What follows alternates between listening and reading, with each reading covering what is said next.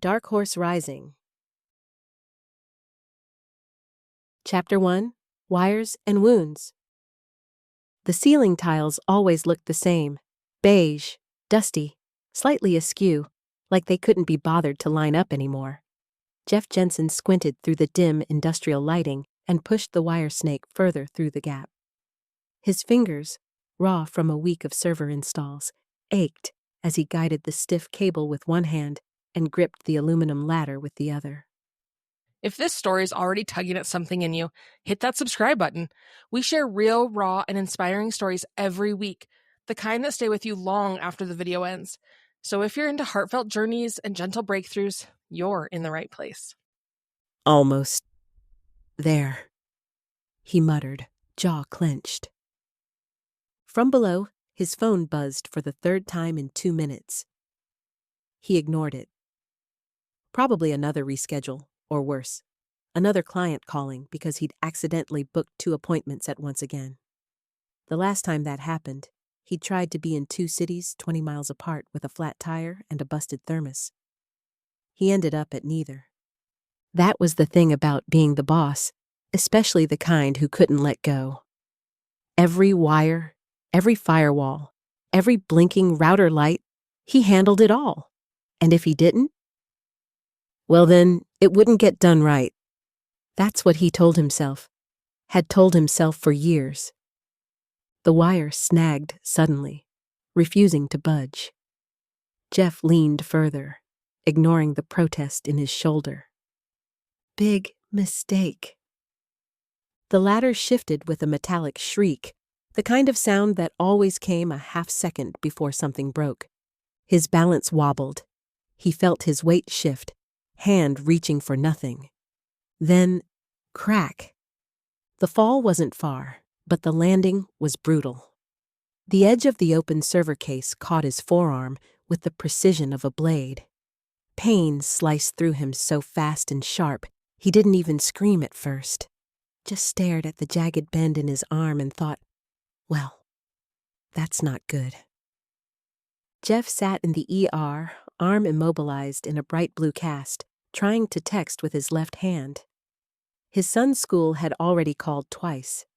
His mom was waiting outside with 10-year-old Parker, likely wondering how her grown man of a son still couldn't keep himself out of trouble. He sighed and dropped the phone into his lap. "You're lucky it wasn't worse," the nurse had said. He didn't feel lucky. He felt useless. 2 days earlier, his doctor had given him the look. That motherly, "I'm not mad," just disappointed gaze over her glasses. She'd recommended meds. Again, Jeff had politely declined. Again. "I'm not taking something that messes with my head," he'd said. "Then at least try something to calm your nervous system," she replied, circling a business card. "Monthly massage, non-negotiable, or we'll be seeing each other for a stroke next time." The card was still in his glove box, a smiling sun logo and the name Mona Gray, LMT. Jeff ran DarkHorse IT like his life depended on it, because in many ways, it did. The company was all he had left after Lexi took off with the oil guy and left him a 5-year-old and a garage full of overdue invoices. She'd always said he didn't dream big enough. But Jeff wasn't interested in dreams. He wanted stability, a life with guardrails.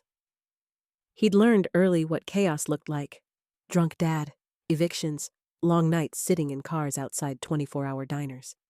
He'd built Dark Horse from a laptop and a folding table in a rented apartment, and he wasn't about to watch it crumble because of a snapped radius bone and a few missed appointments.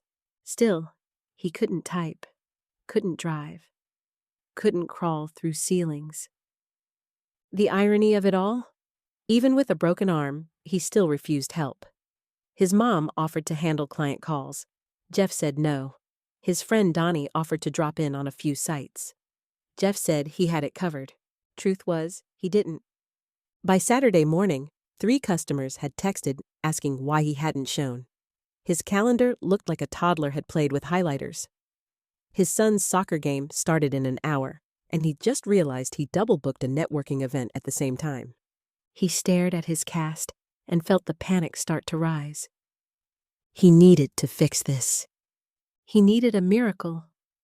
Or maybe a massage. Chapter 2, Table for One. The little bell above the door jingled as Jeff stepped into the massage studio, blinking against the shift from blinding snow glare to soft amber light. It smelled like something warm and green, lavender maybe, or eucalyptus. Calming, which irritated him oddly. He wasn't here to relax. He was here because his doctor had insisted, and because he couldn't physically plug in a modem without seeing stars. A woman with dark curly hair and a warm, worn smile looked up from behind the front desk. She wore a chunky knit sweater and no makeup except for a slick of cherry gloss. Her energy was easy and open in the way that made Jeff instinctively brace for the opposite. "You must be Jeff," she said, standing. "I'm Mona." He nodded, adjusting the sling awkwardly. "Yeah, sorry I'm early. Traffic was lighter than I thought." "No such thing as early when you're in pain," Mona said, waving him in. "Come on back. Room's all yours." The room was dim and toasty, with a diffuser puffing gentle clouds into the air. The massage table was draped in flannel, and soft instrumental guitar music played somewhere in the background. Not the cheesy spa stuff. Something sad and Spanish and beautiful. Jeff stood stiffly at the edge, unsure of the protocol. "You're fine to stay dressed however you're comfortable," Mona said, her voice all velvet. "With the arm situation, I'll keep things gentle. We'll just focus on calming your nervous system and loosening up what's overcompensating." Jeff smirked. "Sounds clinical." Mona grinned. "That's because it is, but I also sneak in a little magic. You'll see." He didn't expect to talk. He expected to lie there silently and count ceiling holes, but somehow, Mona had a way of pulling words out of him like threads from a frayed sweater. It started with small talk, weather, business, broken bones, and somewhere around minute 17, he was telling her about Lexi. "Well, she left the kid in the business," he said flatly, one eye open, watching the light flicker on the wall. "Ran off with some guy she met bartending at Wildcat Lounge. Said she needed adventure. Guess Fargo wasn't thrilling enough." Mona hummed. Not judgmental, not fake sympathetic. Just there. "You ever feel like you're the only adult in a room full of people wearing grown-up costumes?" he asked. "That's how it felt. Still feels." Her hands paused for half a second on his shoulder. "Yeah," she said softly. "I know that feeling."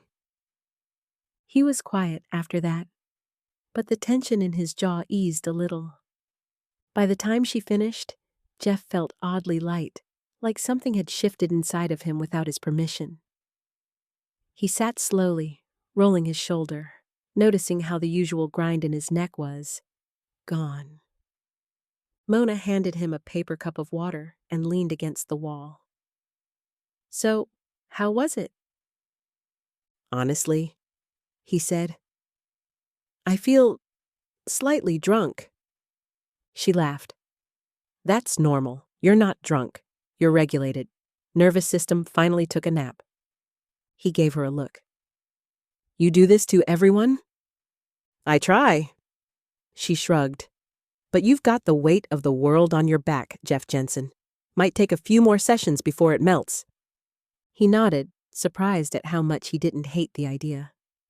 As he reached the front desk, she pulled out her calendar. "Same time next week?" He hesitated. His brain flashed to his color-coded Google Calendar, currently a digital war zone, but he found himself saying, "Yeah." "Same time." She smiled, scribbled his name in pen. "It's a date." He raised an eyebrow. She blushed. "I mean, not a date, just a time slot date."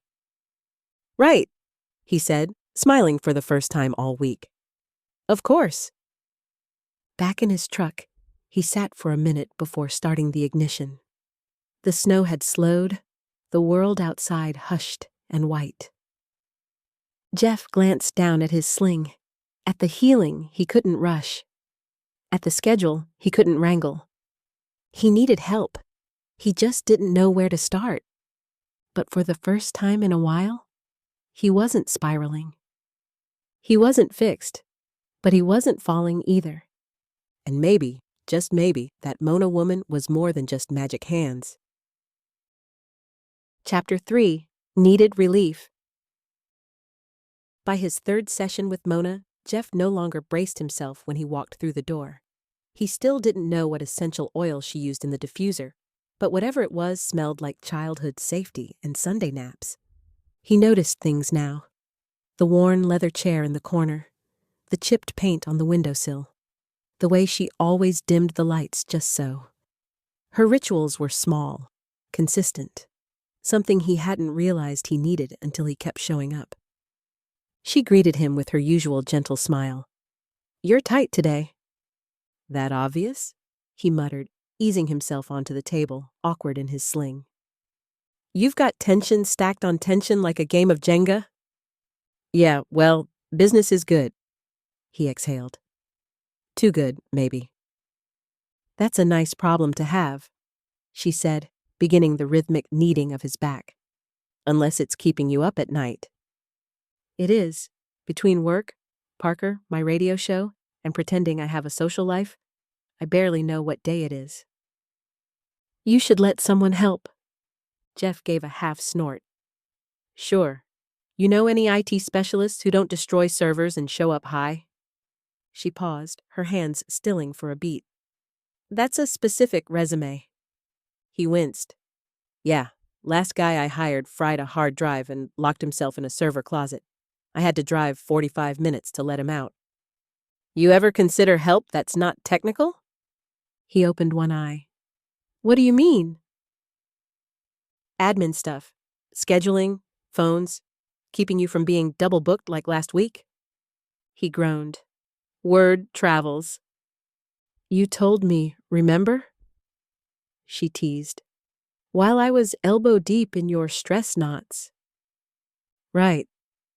He was quiet for a beat. "I guess I joked about needing a personal assistant." "Maybe it wasn't a joke," Mona said softly. Jeff didn't respond, because it hadn't been. That night, he stood in front of his kitchen whiteboard calendar, marker dangling, phone propped beside him, with a reminder pinging. Parker sat at the table eating mac and cheese straight from the pot, humming something off-key. "You've got 2 things at 6 tomorrow, Dad." "I know. You gonna clone yourself?" Jeff grunted, thinking about it. He stared at the list. Client site visit, call with the radio producer, billing follow-ups, dinner with Parker. All in one night. No amount of caffeine could save him now. "Maybe Mona's right," Parker said. Jeff looked over. "About what?" "You needing help? Grandma says control freaks usually crash first." Jeff laughed, then stopped. "Wait, Grandma said that?" Parker nodded. "She said you'd probably pass out before you asked someone to carry a grocery bag." Jeff raised an eyebrow, but inside, the words hit a little too hard.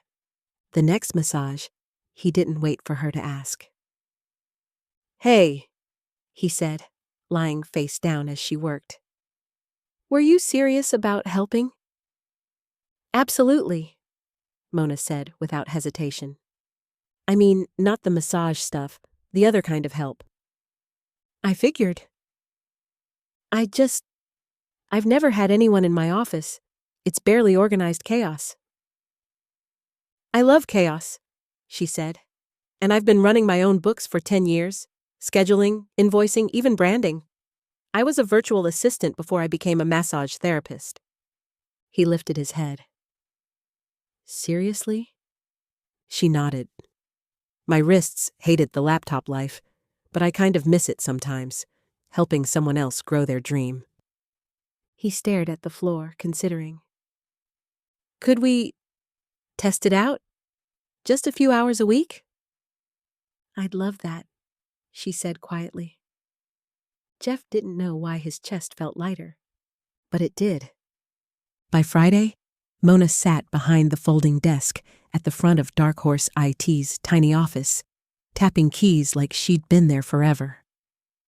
The phones stopped going to voicemail. Clients got follow-ups, and for the first time in months, Jeff didn't wake up at 3 a.m. wondering who he forgot to call. There were still too many jobs. Still too many hours. Still too much riding on his own shoulders. But at least now, he wasn't carrying it alone. Not completely. One afternoon, Mona looked up from the scheduling app.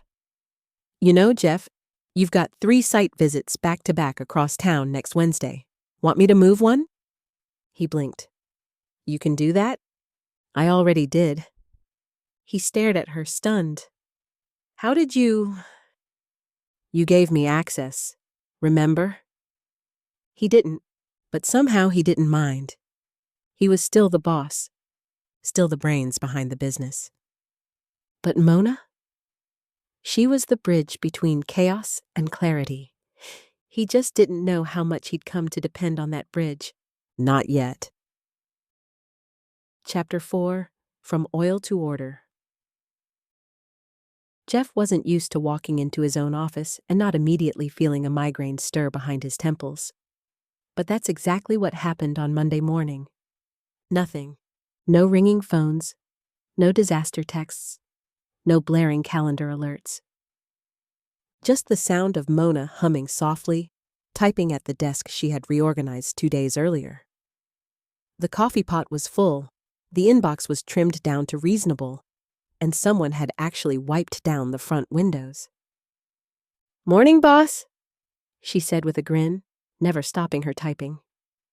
Jeff stood in the doorway, blinking like he'd walked into the wrong place. Morning, he said. What did you do with my chaos? She shrugged. Boxed it up, labeled it, filed it under Do Not Touch without caffeine. He laughed, but there was a weird tightness in his throat. Relief, maybe, or something harder to name? By noon, he was able to focus on a network security issue he'd been putting off for 2 weeks. Mona had fielded 3 client calls, reorganized the project board, and corrected a billing error that had been driving him nuts. And then, just before lunch, she knocked gently on the doorframe. Hey, quick question. Yeah? I was going through your contracts folder. There's a client with 2 expired retainers who's still being serviced like clockwork. Jeff rubbed his temples. Dave Lang, I know. I haven't had time to update him. He's a good guy. Helped me out after Lexi left. Mona sat on the edge of the chair across from him.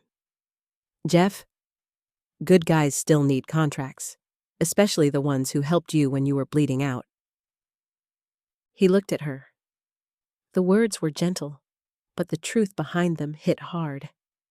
His business had grown, but he was still making scrappy solo guy decisions, like the teenager who once did tech support in exchange for Subway gift cards. I'll handle it, she said, standing.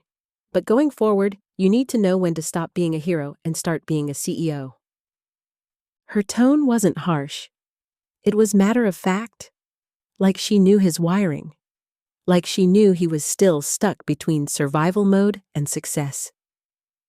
After she left for the day, Jeff sat in silence and stared at his cast. He remembered when Lexi left, how she didn't just walk out on their marriage, but the business too. She'd been the face, the social one. She could talk to anyone, anywhere. Her departure had felt like losing the power cord to his life. For a long time, he told himself that trust was the problem, that partners, romantic or professional, would always eventually leave you high and dry. But Mona didn't seem interested in taking anything. She just wanted to help, and that terrified him. The next few weeks passed in a blur. Mona came in 3 afternoons a week. She sorted files, streamlined invoices, built out a new client tracking system, and gently nudged Jeff into scheduling breaks. Real ones, with food. He found himself relying on her presence. Not just the practical help, but the way she made the office feel less like a pressure cooker and more like a space, a place. She wasn't loud, but she was honest, and somehow that kept him grounded. Then came the moment. They were closing up one Friday evening. The snow outside was light but steady, the kind of gentle fall that turned Fargo into a postcard. Jeff fumbled with his keys, trying to lock the back office door, one-handed. Mona stepped in, close enough that he could smell the faint peppermint on her scarf. "Here," she said softly, taking the keys. "Let me." He didn't move, didn't even breathe as she locked the door. Her fingers brushed his. She looked up, and for one suspended second, neither of them moved. "I've been meaning to ask," Jeff said, throat dry. "Have you ever gone on a real date with a client?" Mona blinked. "Not unless you count the guy who tipped me in moose jerky and tried to show me his truck gun rack." He laughed, the sound a little too loud in the quiet alley. "I'm asking because I'd like to. Take you out, I mean." She tilted her head. "As Jeff the IT guy, or Jeff the mess who's finally asking for help?" "Both." She smiled, soft and wide. "I'd like that." And then her phone buzzed. She looked down, eyes narrowing. "Shoot, Lily's piano lesson. I'm late." She squeezed his good arm and dashed off through the snow, scarf trailing behind her. Jeff stood alone in the alley, the cold biting at his collar, heart thudding like he'd just skydived off a cloud made of wires and second chances. The next morning, he was up early. Parker had soccer. Jeff was reviewing a new client onboarding doc. His cast itched. The wind howled outside like it had a personal vendetta. And then his phone buzzed. A warehouse across town had a network issue. Big job, big payout. He didn't want to leave Mona waiting on that dinner he'd half promised. But work came first. Always had. He grabbed the job kit, packed the ladder, texted her, "Rain check." She didn't reply. Later that afternoon, perched high in the metal rafters of a warehouse, trying to reroute a fiber cable, Jeff's ladder shifted beneath him, and this time, he didn't catch it. Chapter 5. A Shift in the Wires. The sound his arm made when it hit the concrete floor wasn't one Jeff ever wanted to hear again. It was dull and final, like snapping a green branch over your knee. Then silence, just for a beat, before the pain surged in a wave so hot and nauseating it nearly blacked him out. He didn't cry out. Not right away. The tech in the warehouse, a college kid named Braden, dropped his tablet and came sprinting over. "Dude, oh man, are you okay? Should I call someone? You're bleeding." Jeff didn't answer. He was too busy holding his arm in the shape it shouldn't have been in, blinking fast to stay upright. A siren wailed in the distance. It could have been a cop, or an ambulance, or maybe just the alarm going off inside his own head. "You're not okay. You can't do this alone anymore. This is it, man. You've hit your wall." 2 hours later, he was lying in a hospital bed again. His arm had snapped clean through the ulna this time. Multiple fractures, surgical pins. No laptop for at least 6 weeks, probably more. "Same arm, huh?" the nurse said dryly, adjusting the sling. "You thinking of starting a collection?" He didn't laugh. He couldn't, because this time it wasn't just pain. It was panic. There were 6 client jobs open, 2 routers down, a radio segment due Monday. Parker had a science fair this week, and Jeff had no hands to fix any of it. He didn't call Mona right away. He wasn't sure why. Pride, maybe. He did text her later that night, left-handed and clumsy. "Ladder 1, back in hospital. Need to talk." Her response came within 2 minutes. "I'll bring you soup tomorrow, and options." He had no idea what that meant, but the idea of her showing up, it calmed something deep inside him. The next morning, she walked into his hospital room like she belonged there. Hair in a braid, a big thermos of soup, and a folder. "You're lucky you didn't crack your skull open," she said, pouring the soup into a plastic mug. "Or worse, what were you thinking?" Jeff winced as he sat up. "That I didn't want to miss another job, that I needed the money, that I didn't want to let anyone down." She handed him the mug and sat on the edge of the chair. "And yet here we are. Let down anyway." Ouch. She didn't say it cruelly, just honestly, and Jeff respected that more than any pity. "You don't have to do this," he said quietly. "I'm not your problem." Mona smiled, slow and sad. "Maybe not, but I care, and I've been watching you run yourself into the ground for weeks, maybe longer." She opened the folder. Inside were resumes. 2 of them. "Who are these?" "Jared and Eli. They're sharp. I met them through church. They're tech-minded, teachable, and looking for real work. They've been helping with our AV setup for months." Jeff raised a brow. "You want me to hire kids?" "I want you to try something different," she said. "Let someone in. Delegate. Let people help." He stared at the papers. "I don't even have time to train them." "You don't need to. Not yet. I can onboard them. They'll start by shadowing, running errands, doing installs with guidance. No solo missions." Jeff exhaled hard. "What if they mess it up?" Mona leaned forward, voice soft but firm. "Then they learn. Like you did. Like everyone does. But you're already out of commission. You have nothing left to lose, and everything to gain." He swallowed, the lump in his throat thick and sudden. "Okay," he said finally. "Bring them in." The boys showed up 2 days later, eager and respectful. Jared was a quiet tinkerer type. Eli was charismatic and fast on his feet. Together, they reminded Jeff of himself, before the heartbreak, before the bone-deep fear of letting anyone else hold the steering wheel. By the end of the week, they'd handled 3 site visits under Mona's supervision. Clients were happy. No disasters. No fried servers. Jeff watched it all unfold from his couch, cast resting on a pillow, Parker at his feet building Legos. He hated not being able to move, but for the first time, the world didn't fall apart because he stood still. That Friday night, Mona came by after work. She brought homemade chicken enchiladas and something that looked like a printed spreadsheet.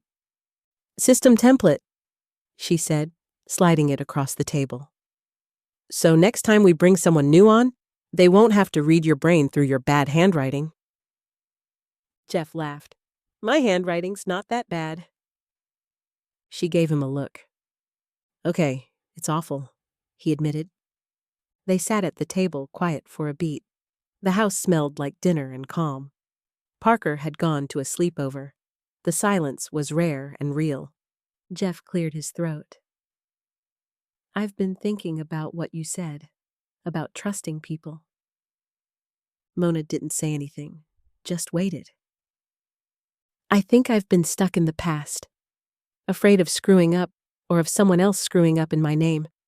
But maybe that fear's been keeping me small." She smiled. "That's not just business, Jeff. That's life." He looked at her, really looked at her. "You've changed things. For me." "You let me," she said. "That's the difference." And suddenly he wanted to kiss her. The thought came like a flash flood, fast and impossible to ignore. But before he could move, her phone buzzed. She read the screen. Her smile faded. "What's wrong?" Jeff asked. She hesitated. "Lily's dad. He's in town. He wants to see her tomorrow. Jeff nodded. Is that bad? Mona's eyes clouded. It depends on which version of him shows up. The air in the room shifted, complicated, raw. Do you want me to come with you? He asked, surprising even himself. Mona shook her head. Number, but thank you. She stood, slowly, gathering her things. I should go. He walked her to the door, his cast awkward between them. She looked up at him. Rain check on that dinner? He asked. She smiled. Soon. And then she was gone. And Jeff was left wondering if the next thing he had to delegate wasn't just the business, but his heart. Still with us? This is the kind of story we share every week. Hit subscribe to follow along. Chapter 6. Broken but breathing. Jeff never realized how many parts of his day required 2 hands until he had only one. Opening a yogurt, pulling up his socks, typing, driving. Even signing Parker's permission slip felt like solving a puzzle blindfolded. But there were surprising silver linings. Jared and Eli turned out to be gold. They showed up on time, followed instructions, asked smart questions, and even laughed at Jeff's dad jokes, either out of kindness or survival instinct. Maybe both. And Mona? She became the glue. She floated between office and field like she'd been doing it for years. She'd built a digital ticketing system to track service calls, rearranged the billing process so Jeff could approve payments with one hand, and even found a way to automate half the follow-up emails he used to lose sleep over. It was humbling, eye-opening, infuriating in the best way. The truth landed hard. His business didn't fall apart without him in every corner of it. You seem lighter, Jeff's mom said one afternoon, passing him a mug of chamomile tea. Probably the painkillers, he joked. She smirked. No, I mean it. You've been smiling more, even with that monster on your arm. He flexed the cast, grinning. It's not the painkillers. It's Mona. His mother's brow lifted. Ah. Not just like that, he added quickly, ears burning. She's helping with the business. She's sharp. I never realized how badly I needed someone like her in my corner. His mom sipped her tea. Maybe it's not about needing someone. Maybe it's about letting someone. That thought sat with him the rest of the night.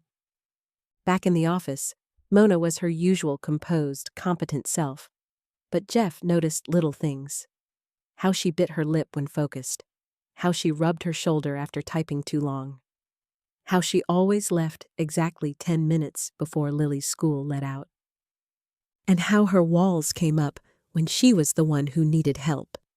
The Saturday after her ex's surprise visit, she didn't say much during their morning check-in. Jeff didn't push, but the storm behind her eyes stayed with him all weekend. On Monday, he brought her coffee and a chocolate croissant from the French bakery downtown. Bribe? She asked with a smile. Payment, he said, for saving my business. You're the one who built it, she said. Yeah, but I would have buried it trying to do it all myself. He hesitated, then added, You okay? After Saturday? Mona's face shuddered slightly. Then she nodded. He was better than I expected, still full of promises, but Lily was happy. That's what matters. Jeff didn't believe her completely, but he didn't press. Instead, he pulled a folded sheet from his sling pouch. I've been working on something. She raised an eyebrow. Left-handed poetry? Close. A training manual. She blinked. I figure if I'm going to scale, I can't have everything living in my head, he said. You were right. Again. So this is version 1. It's a mess, but maybe we can turn it into something real. Mona took the papers, scanning the scribbled notes, the flowcharts, the ideas scrawled in all caps. "It's a start," she said softly, "and it's more than most people ever do." Their eyes met. Something passed between them. Not heat, exactly, but recognition. "You know," she added, "you could build a course off this. Teach other guys like you how to delegate. It's needed." Jeff tilted his head. "That's a weirdly good idea." "I'm full of those," she said, smirking. He couldn't help it. He reached across the desk and squeezed her hand. "Thank you," he said. She stilled for a breath, then laced her fingers into his for one brief second before pulling back gently. "You're welcome." By week's end, Jeff was moving better, cast and all. The boys handled a full client load without incident. Mona had booked their biggest month yet in new referrals. But the real victory? He didn't feel needed. He felt supported. And for the first time, he wasn't just surviving. He was building something bigger than himself. Friday afternoon, Jeff stood on the back porch watching the snow melt into muddy puddles, spring pushing up through the crust of the plains. He heard the door creak behind him. "Hey," Mona said. "You got a sec?" He turned. She held something in her hands, a padded envelope. "I didn't want to tell you until it was real," she said, passing it to him. Inside was a copy of North Valley Local Magazine. On the back cover, an address. His ad. Clean, polished, professional. "Mona, I used our marketing budget. The old postcards were a crime." He laughed, heart thudding. "This is beautiful. It hits next week. I figured it's time people saw what DarkHorse actually is, not just a guy with a wrench and a martyr complex." He met her eyes. "You're amazing." She smiled. "I know." Before he could respond, her phone buzzed again. She looked down, frowning. "Everything okay?" he asked. She nodded, then shook her head. "It's Lily. Her dad didn't show. Again." Jeff's jaw tightened. "I've got to go," she said. "But I'll be back tomorrow. And Jeff?" "Yeah? You're doing more than healing. You're transforming. Don't stop." And with that, she was gone again, leaving Jeff with the magazine ad in his hand, and a feeling that this was just the beginning. Chapter 7. 2 kids and a clipboard. By the following Monday, Jeff had done the unthinkable. He let someone else set his work schedule, and lived to tell about it. Mona now held the clipboard, both literal and metaphorical. She coordinated Jared and Eli's daily assignments, triaged service calls, and handled the incoming web inquiries from the magazine ad, which had already brought in 7 new leads. Jeff, meanwhile, sat at the corner desk in the back office, one-armed, sipping coffee, and finishing the rough draft of his systems guide, typed with 2 fingers and a lot of swearing. "You're morphing," Mona said one afternoon, watching him over her glasses. "From technician to trainer. From grinder to builder." He looked up. "I don't know what to do with myself sometimes. It's weird not being on the road all day."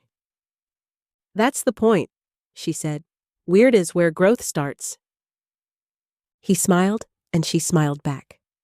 And for a moment, the room felt warmer than it should have, given the drafty windows. The guys were thriving. Jared was detail-oriented and careful, with a knack for problem-solving that impressed even Jeff.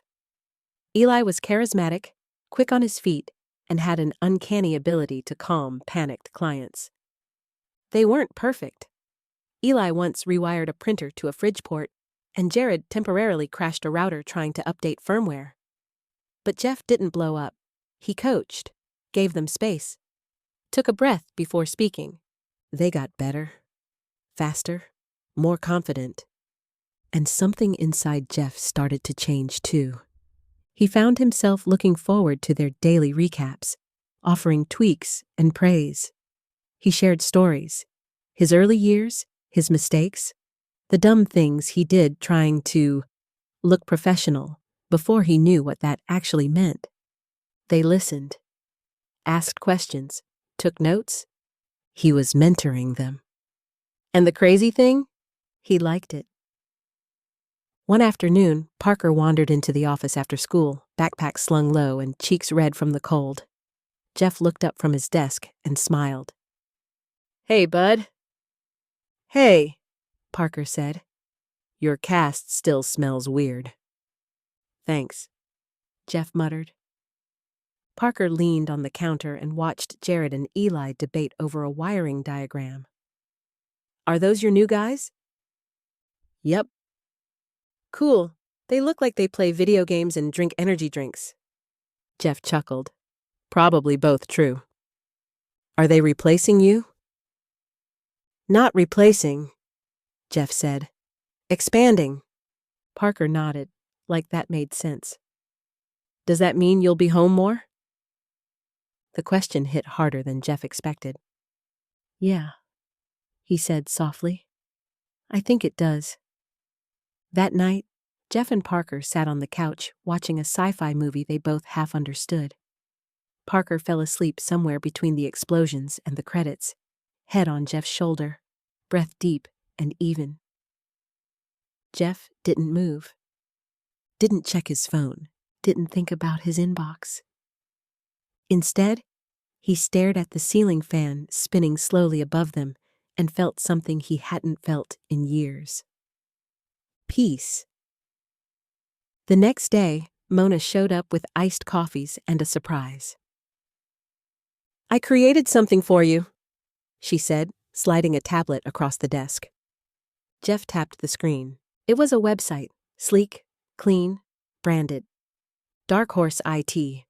Smart tech solutions, built with heart. He blinked. "Mona, this is incredible." "Your old site still had Comic Sans," she said. "It was a digital cry for help." He laughed, then scrolled.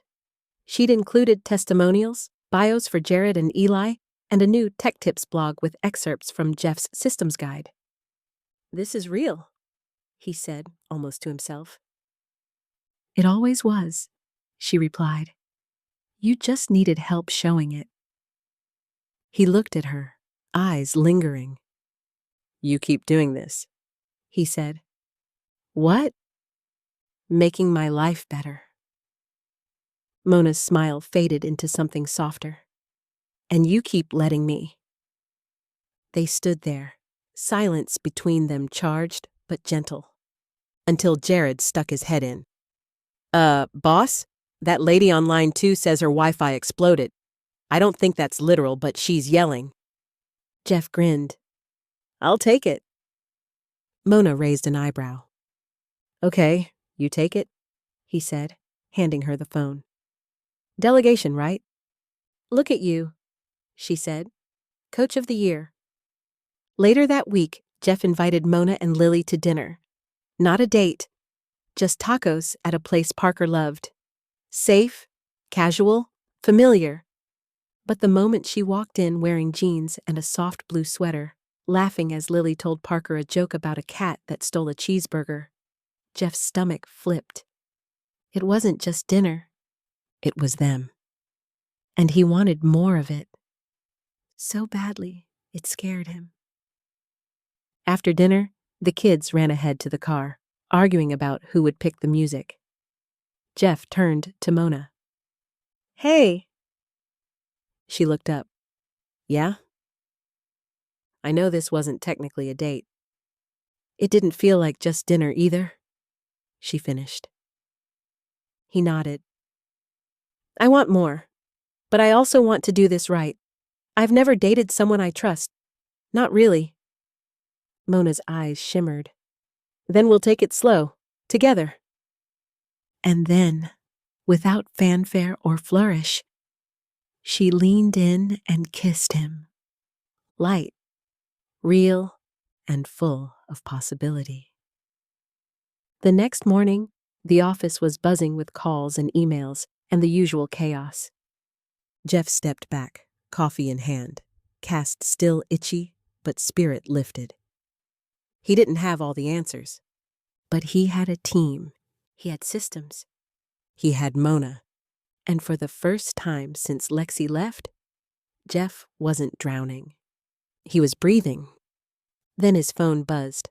A potential client, big name, national reach, ready to scale, and they wanted to meet him next week. In Denver. Jeff stared at the screen, pulse quickening. To take the meeting, he'd have to let the team run the whole show for a week. No micromanaging, no calls, no control. He looked up at Mona, who was helping Eli reschedule a site visit. He exhaled. This was the moment. And he had no idea what he'd say. Chapter 8. Backstage Pass. The diner wasn't fancy, but Jeff picked it on purpose. It was the kind of place with sticky menus and local art on the walls, where the waitress called everyone Han, and the jukebox still worked. He wanted the first real date with Mona to be simple, honest. No pressure, just them. She walked in wearing a rust-colored cardigan and jeans, hair swept up in a loose bun, silver hoops catching the warm light. Jeff stood without thinking. "Wow," he said, then winced. "I didn't mean to say that out loud." Mona laughed. "That's okay. I was aiming for wow." He grinned, nerves easing. Well, mission accomplished. They sat in a booth near the window. The snow had mostly melted, and outside, Fargo glowed with the amber tint of early spring, trying to convince everyone winter was done. "So," Mona said, after they ordered, "what's it like being useless?" Jeff snorted. "Honestly, kind of liberating. Don't tell my ego." She smiled, sipping her tea. "I'm proud of you." He glanced down, swirling his spoon in his chili. "It still feels weird, not doing everything myself." "But look at what happened when you stopped," she said. "Your team stepped up. You got clarity. And we're here." He nodded slowly. "Yeah, we are." There was a pause. Comfortable. Then she added, "Tell me something you don't usually tell people." Jeff blinked. "Going deep already?" Mona shrugged. "Life's short, and you've been living behind a firewall." He laughed. "Okay, fair." He thought for a moment. "When Lexi left," he said slowly, "I told everyone she was chasing a dream. Oil money, that she wanted more than I could offer." Mona waited. "But the truth is, I think I chased her away. I was so focused on building something stable, something safe, I forgot how to love her out loud. I made our life about work and security and routine. She wanted adventure, and I was terrified of it." Mona didn't flinch. "You think being stable is a flaw?" "No," he said. "I think thinking it's the only way is the flaw." They sat quietly with that for a beat. Then she said, "My ex was all adventure. Roller coaster highs and lows. When it was good, it was magic. When it was bad, it was chaos. I got tired of Lily being in the crossfire." She stirred her tea. "Now, I crave calm, but I still need a spark." Jeff looked at her, heart thudding. "Maybe there's a middle ground. Maybe we build something calm and bright." Mona's eyes softened. "Maybe." After dinner, they walked to the parking lot slowly, shoulders brushing, hands bumping.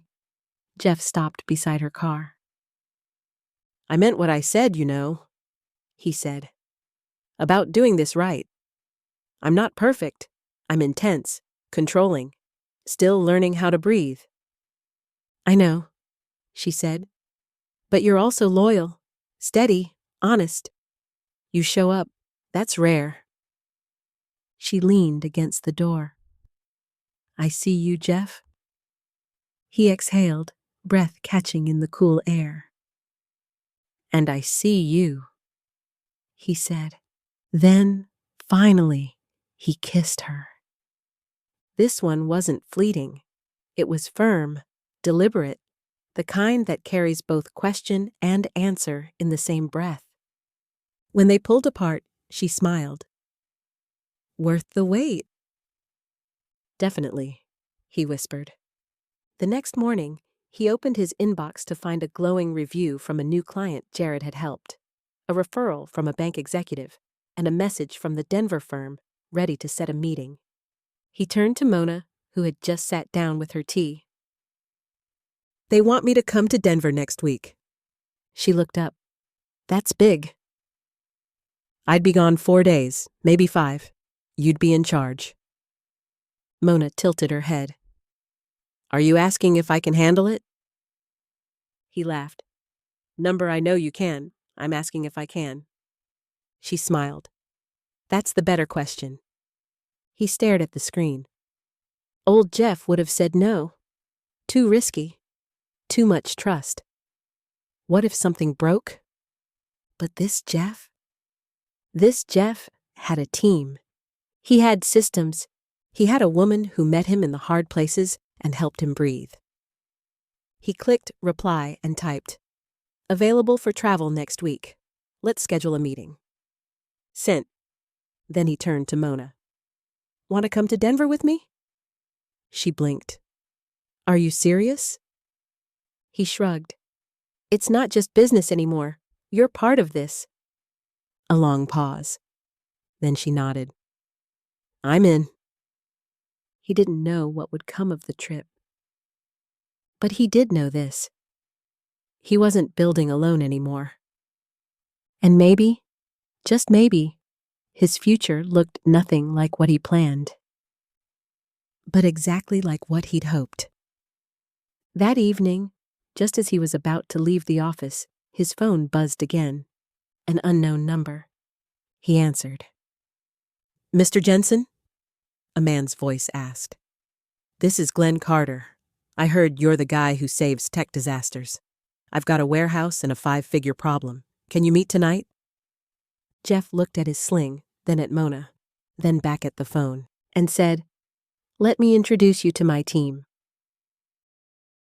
Chapter 9, Letting Go, Growing Fast.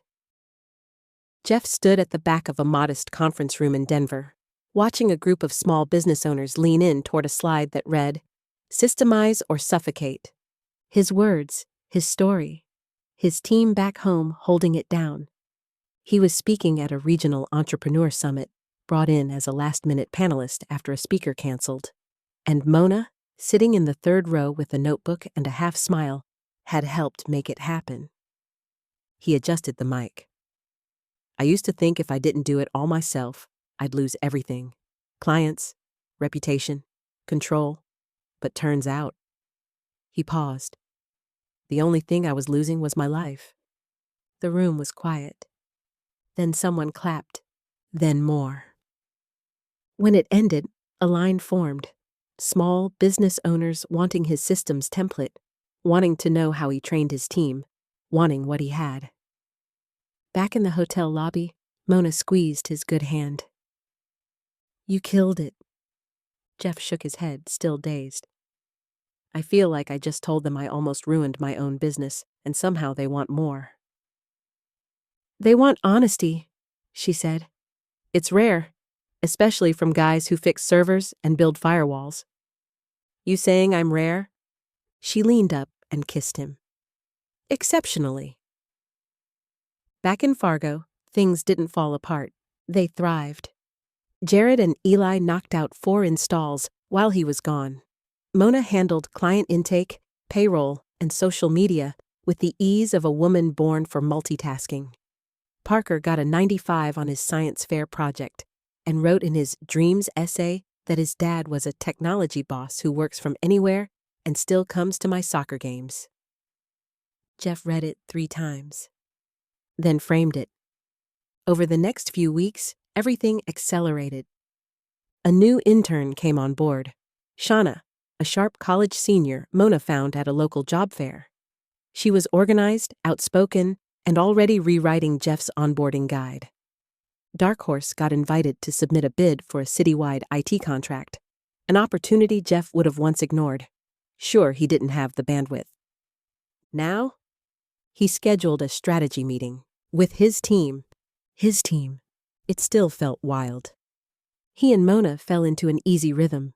Date nights mixed with work sprints, weekends with the kids, and Wednesday planning sessions at the local cafe. They were careful, still new, but they weren't hiding it. People noticed. At church, at the grocery store, at the radio station where Jeff's segments were now being syndicated regionally. "You've got a glow," his mom said one afternoon. Jeff looked up from his laptop. "You trying to say I look sweaty?" "No," she said, handing him a sandwich. "I'm saying you look settled." He paused. "I don't know if I've ever been that." "Well," she said, "maybe it took a broken arm and a brave woman." One rainy Thursday, he found Mona in the office early, staring out the window. "Everything okay?" She turned, eyes distant. "Lily's dad wants shared custody again." Jeff's stomach tightened. "Is that safe?" "Legally? Probably. Emotionally?" She exhaled. "I don't know. She gets so disappointed every time he flakes, and now he wants to be the hero." Jeff walked over and took her hand. "You're the hero?" She leaned into him. "I just want what's best for her. We'll figure it out. Together." She looked up. "Together?" "Yeah," he said softly. "I'm all in. You don't have to do this alone anymore either." That night, after Parker was in bed and the rain tapped gently at the windows, Jeff opened his laptop and stared at the homepage of the DarkHorse website. Under the About Us section, he edited the last line. From, founded by Jeff Jensen, who runs it solo, to, built by Jeff Jensen, and now, led by a team. Then he added something else. Mona Gray, Operations and Vision. He hit save. At the end of the month, Jeff stood in front of the team, now 5 strong, and held up the signed city contract. "This isn't just a win for the company," he said. "It's a win for every late night, every system we've built, every person who believed in what we're doing." They clapped. Eli whooped. Jared gave a little fist pump. Mona just beamed. Later, she pulled Jeff aside. "You know what the best part of this is?" "What?" "You're not afraid anymore." He nodded slowly. "Not of the business." She raised an eyebrow. "Of me?" He laughed. "Maybe just a little." She stepped closer. "Good. Keeps you humble." And then she kissed him, right there in the office hallway, while the printer jammed behind them and someone cursed softly in the server closet. It was chaos. It was perfect. That night, Jeff lay in bed, staring at the ceiling fan. No racing thoughts, no knots in his chest, no spreadsheets in his mind. Just Mona's voice from earlier echoing in his head. "You're not afraid anymore." He smiled into the dark. Then his phone buzzed. A last-minute server emergency at a downtown clinic. He stared at the screen and typed, "Jared and Eli are on it. Loop in Mona. I'm off tonight." Then he rolled over, pulled the blanket higher, and let sleep take him without a fight. Chapter 10. New Habits, Old Patterns. It was supposed to be a smooth Tuesday. Jeff had just returned from a final appointment with his orthopedic specialist. Cast off, physical therapy complete, arm stiff but strong. He felt like a rebooted version of himself. Same hardware, better software. The DarkHorse team was humming. Mona had built out a client follow-up protocol that practically ran itself. Shauna had reorganized the inventory closet. Jeff had a half-day scheduled to work on content for his soon-to-launch course on systems and delegation. Everything was, finally, under control. Until it wasn't. At 9:47 a.m., the phones started lighting up. First, a routine Wi-Fi glitch at a real estate office, then a cable issue at the law firm downtown. Then a total server blackout at the medical lab in West Fargo, the one they'd just installed a new backup system for. 3 issues. 1 team, 0 backup. Mona was at a dentist appointment with Lily. Jared and Eli were already deployed across town. Shauna was in class. And Jeff? He was alone in the office, staring at the flashing alerts on his dashboard, heart rate climbing with each ping. He gripped his mouse. "Okay, Jensen," he muttered. "You've done this 100 times." He started to type a reply to the clinic, paused. This was it. The moment. He could jump in, throw on his coat, and drive across town. He could fix the router, reboot the system, be the hero.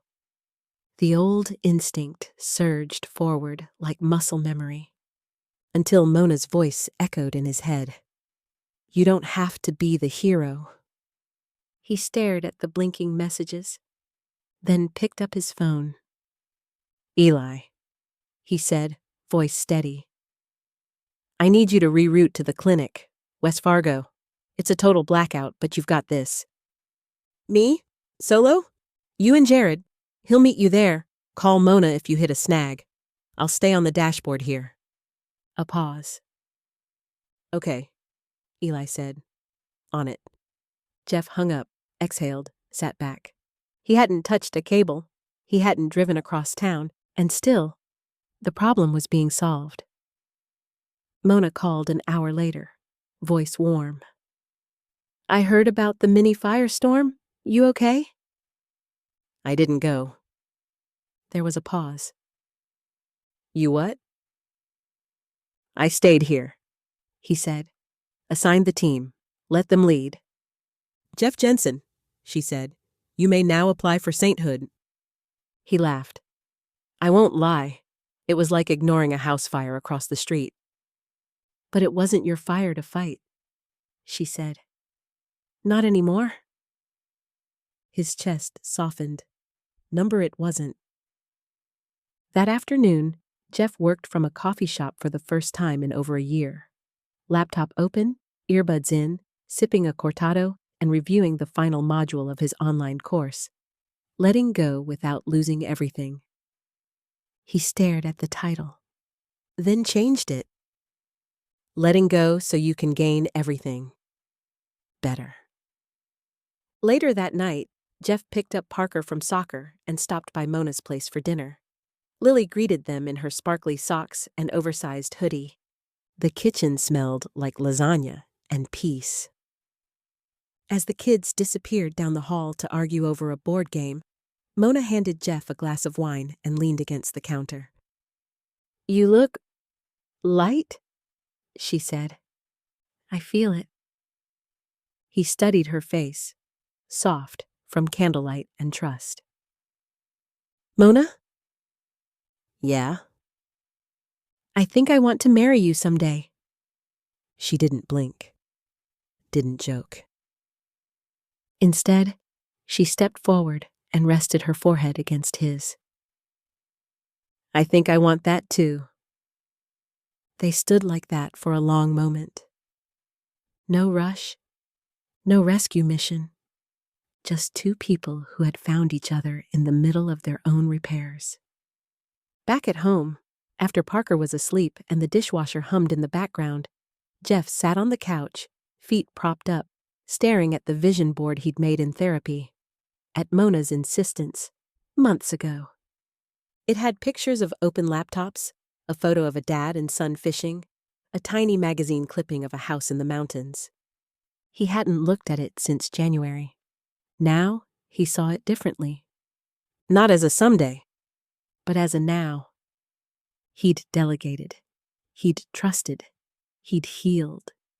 And he had a team, a son, a woman. maybe a future wife, who made him stronger by simply showing up and staying. And just when the stillness settled in, his phone vibrated.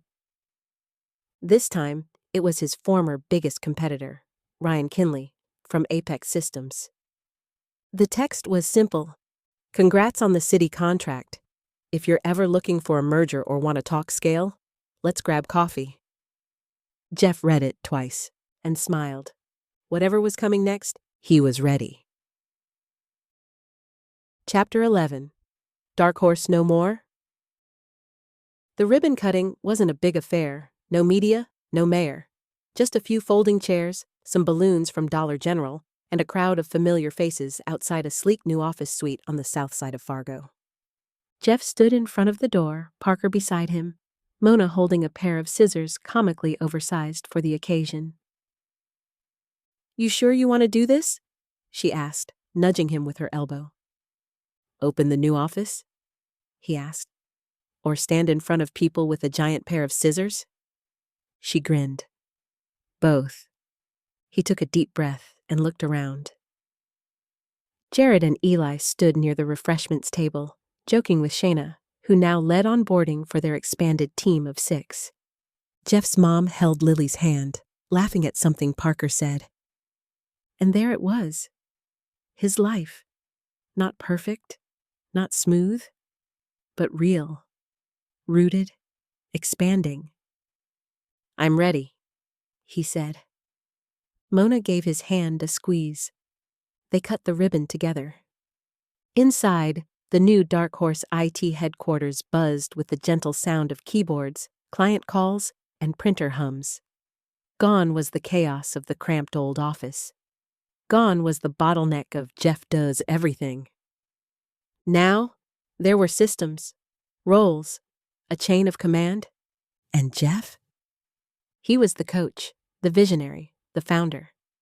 He finally believed in his own job title. The online course he'd launched, Let Go to Grow, had just hit 10,000 downloads. His podcast appearances were booking out 6 weeks in advance, and the radio show, syndicated across 4 states. But the biggest milestone wasn't measured in clicks or contracts. It was dinner. Every night. With Parker. With Mona and Lily when their weeks aligned. Sometimes just him and the dog he finally let Parker adopt. It was a quiet, rich life. And it had taken him breaking, not once, but twice, to build it. Later that evening, the team trickled out. The leftover cupcakes packed into paper plates. Mona leaned against the front desk, watching Jeff straighten a crooked picture frame on the wall. "Still the hero," she teased. He turned, mock-offended. "It was barely crooked." She smiled. "I'm proud of you. I couldn't have done any of this without you." "You could have," she said, "but I'm glad you didn't." He crossed the room and pulled her close. "You still think I'm intense?" "Oh, yeah," she whispered, "but you're my kind of intense." At home, Parker flopped on the couch, already halfway into a gaming headset. Jeff sat beside him, scrolling through texts, one from the city, one from Kinley at Apex, and one from Mona that just read, "Hot tub date night?" He closed the phone, grinned, then called out, "Hey, bud, guess what?" "What?" "I'm thinking of asking Mona to marry me." Parker looked up, wide-eyed. "About time," he said. Jeff laughed and felt something loosen in his chest. Not a cord snapping, just a release, a peaceful uncoiling of everything that used to bind him to fear, to scarcity, to the belief that he had to do it all or lose everything. That Sunday, at the church picnic, Eli pulled Jeff aside. "Boss," he said, nervous. "There's this girl in my business class. She's smart, hustles hard. I think she'd be great for the new client coordinator role." Jeff raised an eyebrow. "You want to recruit her?" Eli nodded. "Think she'd be a good fit." Jeff smiled. "Let's meet her." He walked away realizing something strange. He hadn't reviewed a resume in weeks because he didn't need to anymore. The systems worked. The people worked. And most importantly, he worked. As the sun dipped low over the plains and the kids ran barefoot through grass and spilled lemonade, Mona walked over in a breezy sundress, barefoot, freckles dancing across her cheeks. "What you thinking about?" she asked. He looked around, at the life he'd fought for, the team he trusted, the woman he loved. "That I was wrong about everything," he said. She tilted her head. "I used to think delegation was weakness," he said, "that trusting someone was risky, that I had to hold it all together, or it would fall apart. And now? Now I know the truth," he said. "If someone can do it 70% as well as you let them. Because peace isn't in doing it all. It's in doing what only you were made to do." Mona smiled. "What were you made to do, Jeff?" He looked at her, at Parker, at the table full of laughing staff, and answered with confidence. "Building, love, lead." She kissed his cheek. "And nap," she whispered. "That too," he said, laughing. Jeff closed his eyes, breathed deep, and felt it. He wasn't DarkHorse anymore. He was the sunrise after it. If this story spoke to you, there's more where that came from. Go ahead and hit subscribe so you don't miss the next chapter in this journey, or the next story that just might be yours in disguise. Thanks for listening, and we'll see you in the next one.